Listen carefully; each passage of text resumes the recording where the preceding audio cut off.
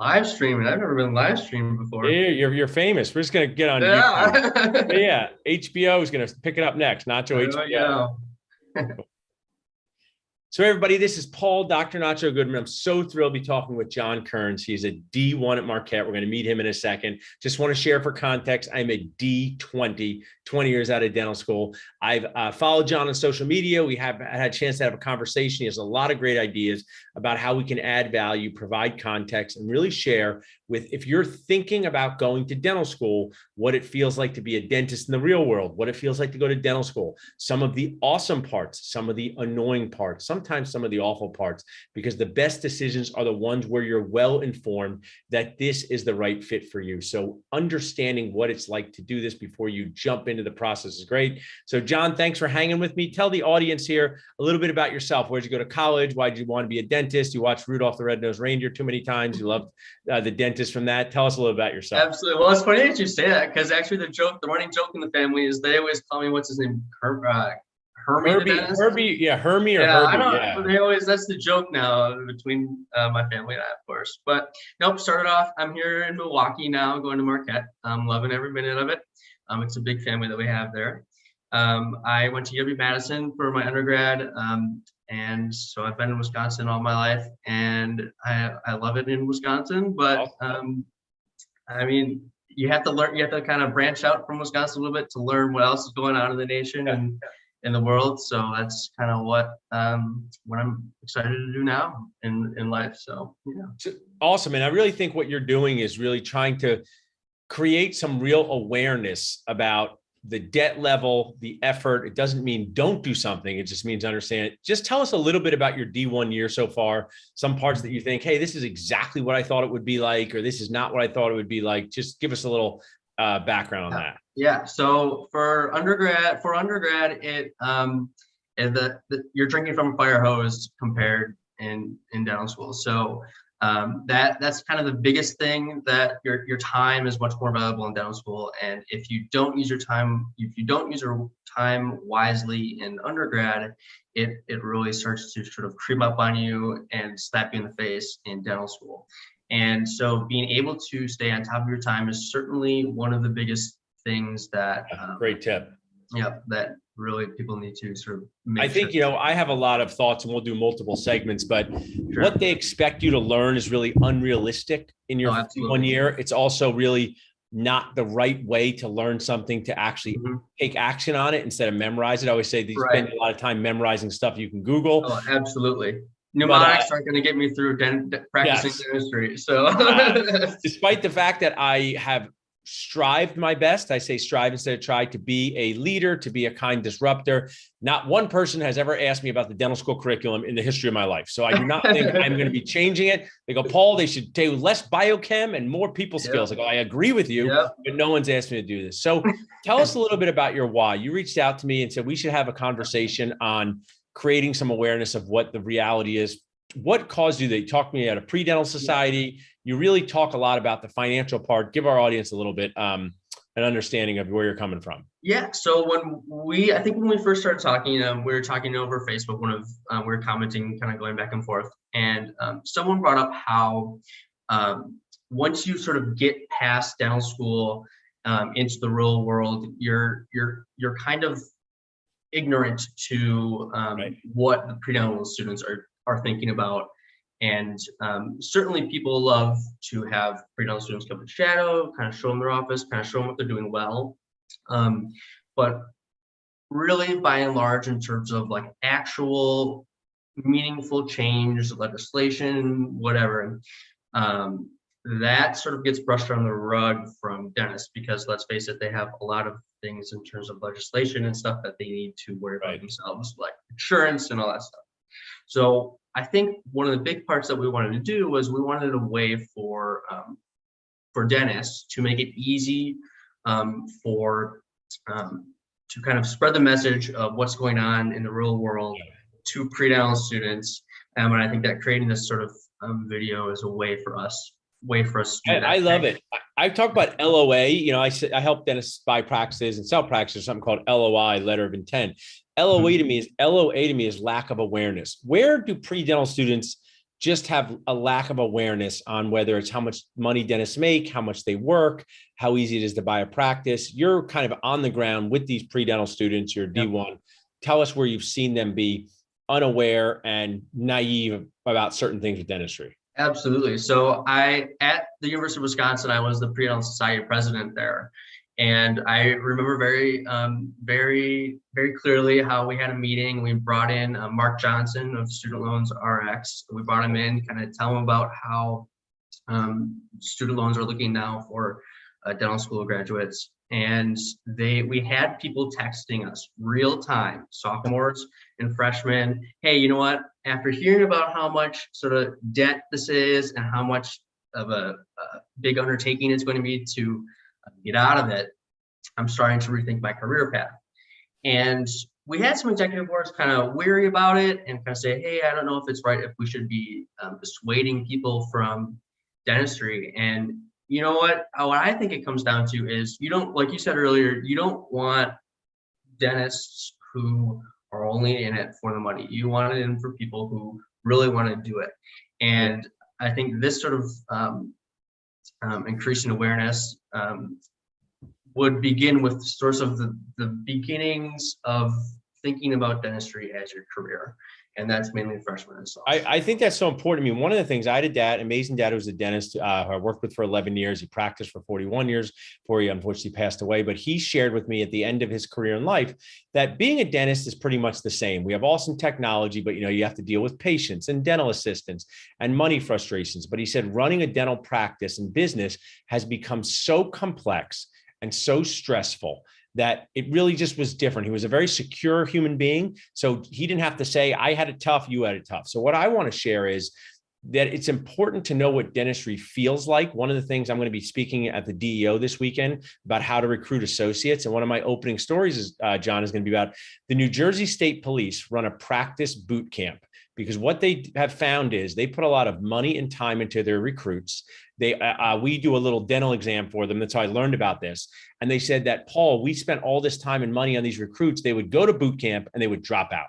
And then we could not replace them. And the big problem was they needed the New Jersey State Police officers. So they would run a practice boot camp for a weekend. And they would say, hey, John, we know you passed psychological exam. We know you passed physical exam. We know it was your dream to be a New Jersey State Trooper. But what we want you to do is show up on Friday. We're going to run you through practice boot camp. And on Sunday, tell us if you still want to do this. And what I thought was amazing was that 10 or 15%, I might be misremembering the numbers, didn't want to do it. And that was great because they could politely decline being a state trooper and they could fill that spot before they got to the serious boot camp. With dentistry, they often say, if you really want to be a dentist, you should do it. And I say, oh, great, John. Where can you practice being a dentist before you become a dentist? Exactly. I mean, you can't. Right. But people always say, oh, that's why you need to have so many shadowing hours. And so you need to expose yourself to the field as much that way. And while, yeah, shadowing is absolutely wonderful, there's so much that you can there's so much that you can get out of a pre-dental student who doesn't know anything when you're just going in there watching the procedures. If you're not asking questions, if you're not approaching it from is this person my mentor sort of standpoint, you're not really immersing yourself. What I did this summer, and I hope this catches on, maybe you can help me, is I said, you know what, I want to pay a dental student to work in our practice for 8 weeks, maybe like, I don't know, $20 an hour, $15 an hour. And I want them to feel what it's like inside and outside the operatory. And our first one, the amazing VJ, is the D1 at Penn. We have to connect you to him. And he said, man, I went to the dentist for all these years. And I didn't know all this stuff happened behind the scenes. And he's still in dental school and he's still at Penn and he's still amazing, but he has a real understanding of the intensity of what it takes to be a dentist inside the operatory and outside the operatory. What I encourage anyone listening is shadowing is not shadowing a nice 65-year-old solo practitioner for half a day who says this great. Shadow someone who's really in it, doing it, maybe 30 to 40 years old, because they're going to share with you what dentistry is really like. Where do you find, John, that this dentists make a lot of money and it's a great career comes from? Where's sometimes this misrepresentation come from? I can tell you 3 big places. I can tell you I can tell you parents. I can tell you, believe it or not, parents. if you have parents, well, we're seeing right now an increase in students who are going into the dental field who don't have any relatives in Yeah. dentistry. And what that's telling me is that people who are in dentistry are saying, don't go into it. Yes, And pause for, while I want to interject. That is such a key point. My dad was an awesome dad. I am a very mentally flexible person. I probably could have done 20 careers. So I am not a good representation of dentists. If you told me I got to walk out of this Zoom and be a high-level accountant for the rest of my life, I probably would be happy. But look at this. When I was in dental school in 1999, we had a lot of sons and daughters of medical doctors who said, I like being a gastroenterologist, but said to their kid, don't become one. Medicine's changing with insurance. It's changing with pressure. Go to dental school. I think what you said is brilliant. I think a lot of people in the field are sharing the awareness of just how intense it is. Doesn't mean bad, doesn't mean terrible, but I think that's a really good point. So that's number one, is from parents, but you are seeing a trend of less people with relatives in the field. Absolutely. Fewer. And then also you're seeing it from, believe it or not, your peers in the sort of undergrad environment, and especially if you go to sort of a competitive field or a competitive school. One that if you're surrounding yourself with a bunch of, I don't know, STEM kids who have big dreams of going to postgraduate school, be it law school, be it medical school, dental school, people will say that they are going to dental school, and I'm not saying that they will say that they're going to dental school for the reaction that they get from their peers, but rather the reaction that they get from their peers is simply purely applauding. It's not a sort of, well, you may want to rethink this sort of a thing. I want also, you're really just sharing so much value. So you can applaud someone while also telling them to really analyze what's happening in two ways. You can applaud and say, hey, John, I think it's great you want to be a dentist, but I think you should analyze it, because I've talked to dentists and they've said the insurance pressures are really hurting their morale. One of the things I want to make clear, if this podcast one day goes viral, is you don't have to hate being a dentist to tell people not to become a dentist. I was at my office yesterday doing a lot of the things that I enjoy with implant dentistry and running a team. But I will share with you that the stresses that dental practice owners are facing right now are increasing, and I don't see them decreasing. So once again, it doesn't mean don't do this career. It just means really figure out if this career is the right fit for you. So what you know how to do that in a simple conversation with a friend is to simply ask why. Why do you want to become a dentist? And that is the easiest way. And you know what? They may come up with something off the bat to you to give you an answer off the bat, but they're going to go home and they're going to go to sleep at night with 20 exams in the next month. And they're going to think to themselves, why am I doing this? And that is how you do it. You know, you talk about mentors, and I think it's so important to have many mentors too.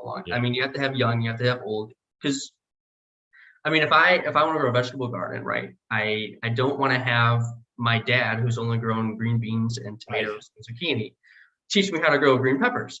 And so you have different facets of your life, and you need many mentors to cover those tracks. And so I think, definitely shadowing, definitely. I mean, what's so important, I wrote an article for Dental Economics about Are You My Mentor? Because there's this famous book, Are You My Mother, with this little bird. And it's about mentorship comes in many shapes and sizes and forms. It can come through virtual, it can come through in person, but definitely get as many stories as possible. What we should really applaud is reevaluating all of our decisions in life, whether they're clinical or career. I'm a huge fan of Adam Grant, look him up from Penn, organizational psychologist, because I think there's a fear of dentists saying, oh, I got on the wrong path, I better not tell anyone. And then they become miserable, then they become depressed, then they become extra stressed. So I just think it's so important that we bond, to use a dental term, bond with people who can help. I mean, there's a group, dentists, please share. There's a group called Dentist Side Gigs run by my amazing friend, Laura. She was a dentist for a decade. She didn't say that it was the worst career ever, but she shifted gears and now she does coaching. And it doesn't mean that her career was a failure. I just think that we have to authentically talk more with people at their earliest stages about what to look out for. Tell me a little bit about your classmates. What are some of the anxiety they feel? What are some of the awesomeness they feel? If I could add some value, said I talked to the Nacho guy and I asked him this, what questions do you think that they have? Yeah, I think they want to know, my classmates will see that are looking at their tuition, their FAFSA. I think they're doing FAFSA is due now soon. So I think that they're going to look at their tuition bills and tuition loan accounts coming in. Yeah. And they're going to think to themselves, what sorts of things would set me up for more financial stability. And we know that dentistry is a good way to do this, to achieve financial stability if you play your cards right. But like, what sorts of ideas you have for setting students up as early as possible to become financially Of this question, I've made a high-level drawing for you. I've used numerous times, so I will show it to you, John. So this is a dentist crying on the inside and outside. His team's fighting, his patient won't open, insurance stinks, isn't happy. Yep. And then this is what I help dentists do: work on their dental core, their mind, their words, their hand skills and heart skills, business communication, leadership. What happens in dental school, and I don't know if I'm ever going to change it, but I can change it while you guys are there. Look for skills like how to talk to patients, how to manage conflict, how to present yourself, how to read a P&L. These are the skills that you need to survive. You have your entire career how to figure out a crown prep. Not one dentist has ever told me when they sold their practice, Paul, I was never able to do this around the tooth. But many have told me I got divorced because I didn't know how money worked. I spent too much time at the office because I was so stressed out and I didn't have a relationship with my kids. These are real things that if you start early, you will set yourself up for financial fitness, emotional fitness. If you start working on your core, listen to podcasts. I'll just give you an easy one. The Dentalpreneur by my friend Mark Costas, I've been on it numerous times, is awesome. Listen to his podcast every other day. If people are listening to this, you can text BOOST to 215-543-6454. We have a core development program where you can learn about insurance, practice management, and leadership. What I think is hard, John, and I would feel the same way, but I didn't have a Dr. Nacho. At some point, trying to get an A+ versus a B+, it's better if you take some of that time and invest it in your core, because trying to figure this out in the real world can be too late. So I don't know if you think that would resonate with them or not, but absolutely. That's really awesome. Nope. Totally. I mean, that's right. And just do one thing. Kristen Bell, 0.1% better. Dodo Roy, tell your classmates, hey, you should be listening to some business podcasts, maybe get together. I have an amazing D4 at Penn. He's worked for Del Nacho's, Brandon Labe. They get together once a week and they watch a course on NachoFlix, my platform. They listen to a podcast and they just talk about it. There's always time for a good idea. There really is. And it doesn't have to be a ton, but it's just like putting in a little bit of that consistent work. Even at Marquette, we have, I'm a part of the practice management club. I mean, we will literally get together every once a month or more, and we sit and listen to talk about podcasts that we listen to. I think there's a lot of good sort of advice from podcasts, and two that I really keep on hearing. One is, well, first of all, for podcasts, you can start. The cool thing about podcasts is you can listen to podcasts when you're doing anything. You can listen to podcasts when you're going for a walk. You can listen to podcasts if you're a dental student sterilizer right now, you can listen to podcasts while you're cleaning, putting stuff in an ultrasonic. Sure. So you can really start learning that now, and you can learn it yesterday. But two things that I hear that I want to quickly hear your thoughts on. Number one, gap years.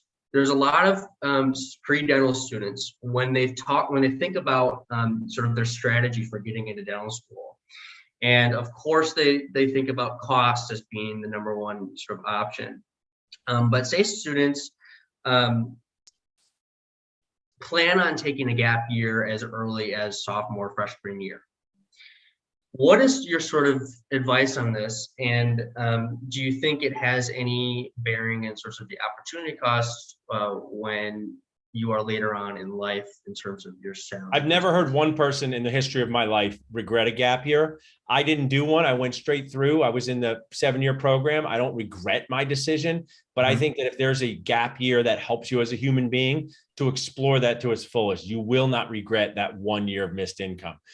I want to just use the context of I'm not up on the dental school application process. So I don't know if you have to accept, and you can't say I'm going to go to Europe for a year for that. So That was good. Well, I can definitely do one more question. What was your other one? Yeah.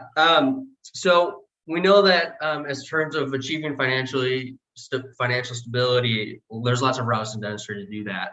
And you've put out some other materials about sort of different career paths that Yeah. one can take and routes, avenues to achieve that. But you talk a lot about ownership. And what are your thoughts on in terms of years after dental school?